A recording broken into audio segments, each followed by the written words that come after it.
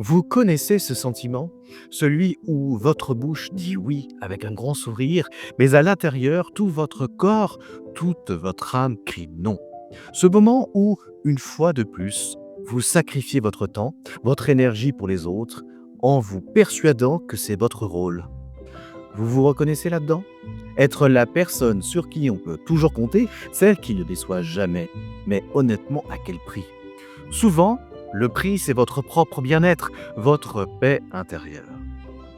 Et si je vous disais que ce petit mot de 3 lettres, non, N-O-N, n'est pas un mot égoïste?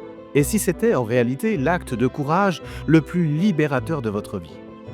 Aujourd'hui, on va explorer ça ensemble. On va apprendre à reprendre ce pouvoir, à transformer ce mot qui nous paralyse en une véritable déclaration d'amour propre. On va voir pourquoi c'est si difficile de l'utiliser, ce que ça nous coûte vraiment de ne jamais le dire et surtout comment on peut commencer à le dire.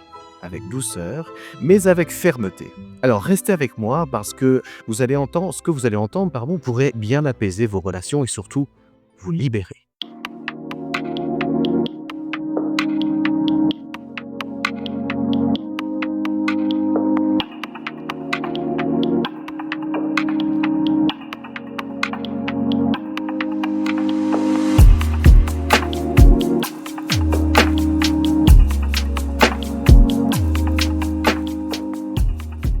Depuis qu'on est tout petit, on nous apprend à être gentil, à faire plaisir, à ne pas faire de bail. Sois sage, fais un effort. Ces petites phrases ont infusé en nous et on a fini par croire que dire oui, c'était la preuve ultime de notre valeur, de notre amour. Le problème, c'est qu'il y a un coût caché à ce oui systématique, un prix qu'on paie en silence, jour après jour. Imaginez que chaque oui, dit à contre-cœur, est une petite trahison envers vous-même. C'est comme si vous aviez une réserve d'énergie, un verre d'eau juste pour vous, et à chaque fois que vous dites oui, alors que vous n'en avez ni le temps, ni l'envie, ni la force, eh bien vous prenez de votre verre pour remplir celui d'un autre. Au début, on ne s'en rend pas compte, on se sent utile, apprécié, mais à force, notre verre se vide, et un verre vide ne peut plus aider personne, et surtout pas soi-même. C'est là que naissent l'épuisement et la frustration. Alors, je me souviens d'une période de ma vie où j'étais incapable de dire non. Les repas de famille, c'était toujours chez moi. Un service à rendre, eh bien, c'était pour moi. Aider une amie à déménager un samedi alors que je rêvais juste de m'effondrer sur mon canapé, eh bien oui, bien sûr, avec plaisir. Sauf que le plaisir n'y était plus du tout. À la place, il y avait un sentiment, plutôt un ressentiment, qui grandissait. Je souriais, mais à l'intérieur, une colère montait contre les gens que j'aimais et pire encore contre moi-même. Pourquoi j'étais incapable de poser mes limites? Cette incapacité ne fait pas que nous épuiser, elle ronge notre estime de nous. En acceptant tout, on envoie un message très clair aux autres et à soi. Mes besoins ne comptent pas. Alors, le piège psychologique est puissant. On a peur de conflits, peur de blesser, peur d'être jugé égoïste. On a tellement peur du rejet qu'on préfère s'oublier. Alors on dit oui pour acheter une paix superficielle, mais à l'intérieur, c'est la guerre. Et cette fausse paix finit toujours par se fissurer. Le ressentiment accumulé crée une distance bien plus grande qu'un non honnête ne l'aurait jamais fait.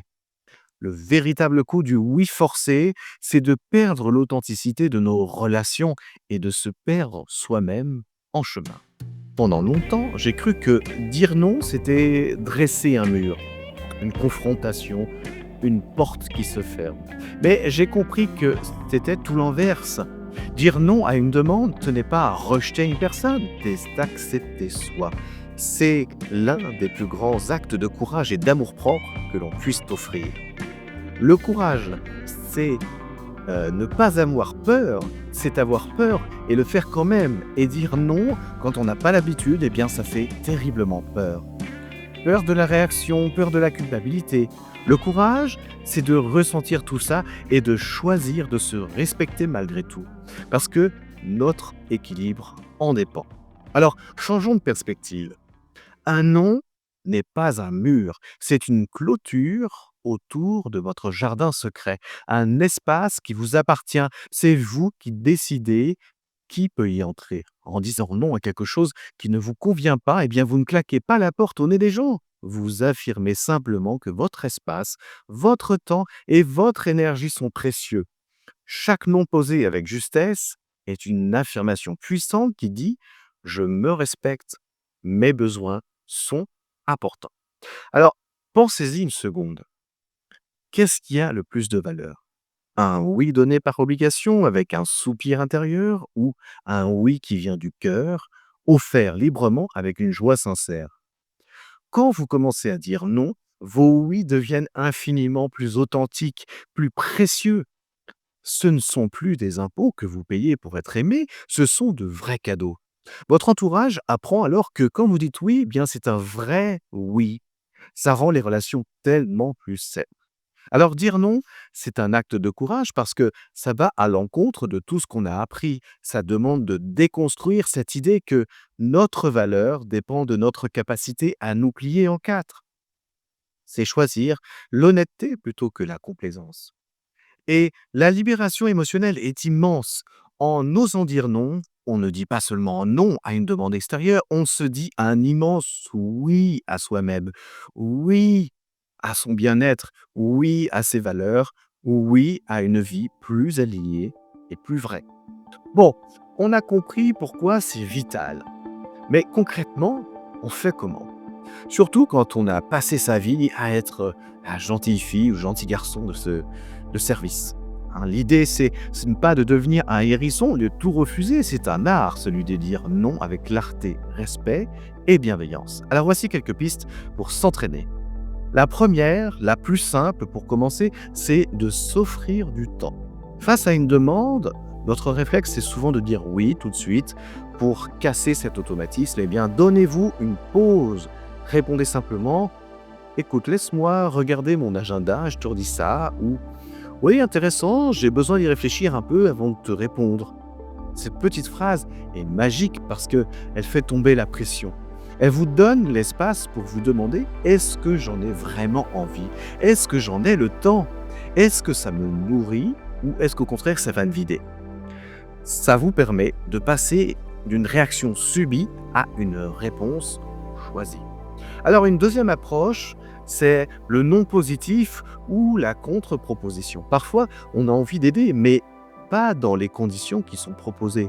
Alors, vous pouvez alors refuser la demande initiale tout en proposant une alternative qui vous respecte. Par exemple: «Je ne peux pas t'aider à déménager tout le samedi. J'ai vraiment besoin de souffler. Par contre, je peux passer 1 heure ou 2 matins pour t'aider avec les cartons» ou «Je suis pas dispo pour, garder les enfants ce soir, mais que dirais-tu, la semaine prochaine?» Ça montre que vous n'êtes pas fermé, mais que vous êtes à l'écoute de vos propres limites. Alors, la troisième, souvent la plus difficile, c'est le non simple, direct, sans vous justifier en excès. On a souvent l'impression qu'on doit donner 1000 raisons, mais rappelez-vous de ça, non est une phrase complète. Vous n'avez pas inventé des excuses.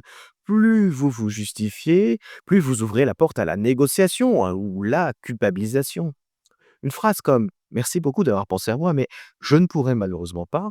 Alors c'est poli, c'est ferme et c'est suffisant. Être concis, c'est une preuve de confiance dans votre décision. Et enfin, une approche très mature, c'est lier votre nom à vos valeurs ou à vos engagements personnels. Alors, ça dépersonnalise le refus. Ce n'est pas contre l'autre, mais c'est pour vous.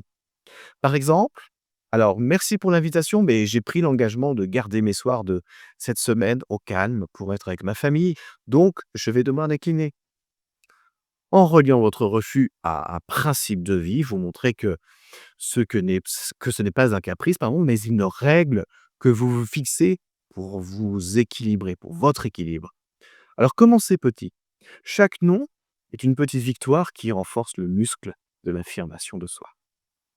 Alors, pour résumer, on a vu que ce besoin de plaire à tout prix nous coûte notre énergie, notre joie et finit par nous faire perdre de vue qui l'on est. On a vu que le non n'est pas un rejet, mais au contraire un acte de respect de soi, un grand oui à notre propre équilibre. Et on a vu des manières concrètes de le dire avec bienveillance.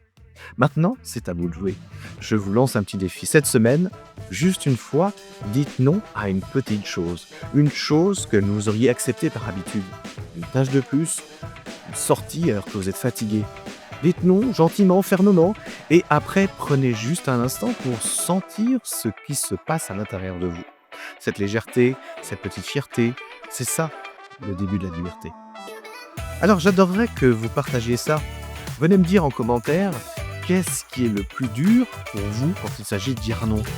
Avez-vous relevé le défi? Vos histoires peuvent tellement aider d'autres personnes qui vivent la même chose que vous. Si cette discussion a résonné en vous, la meilleure façon de me soutenir, eh bien, c'est de laisser un petit pouce et de partager avec une amie, une sœur, quelqu'un qui a un cœur immense et qui a besoin d'apprendre à se protéger un petit peu. Et bien sûr, abonnez-vous pour qu'on continue ce chemin ensemble.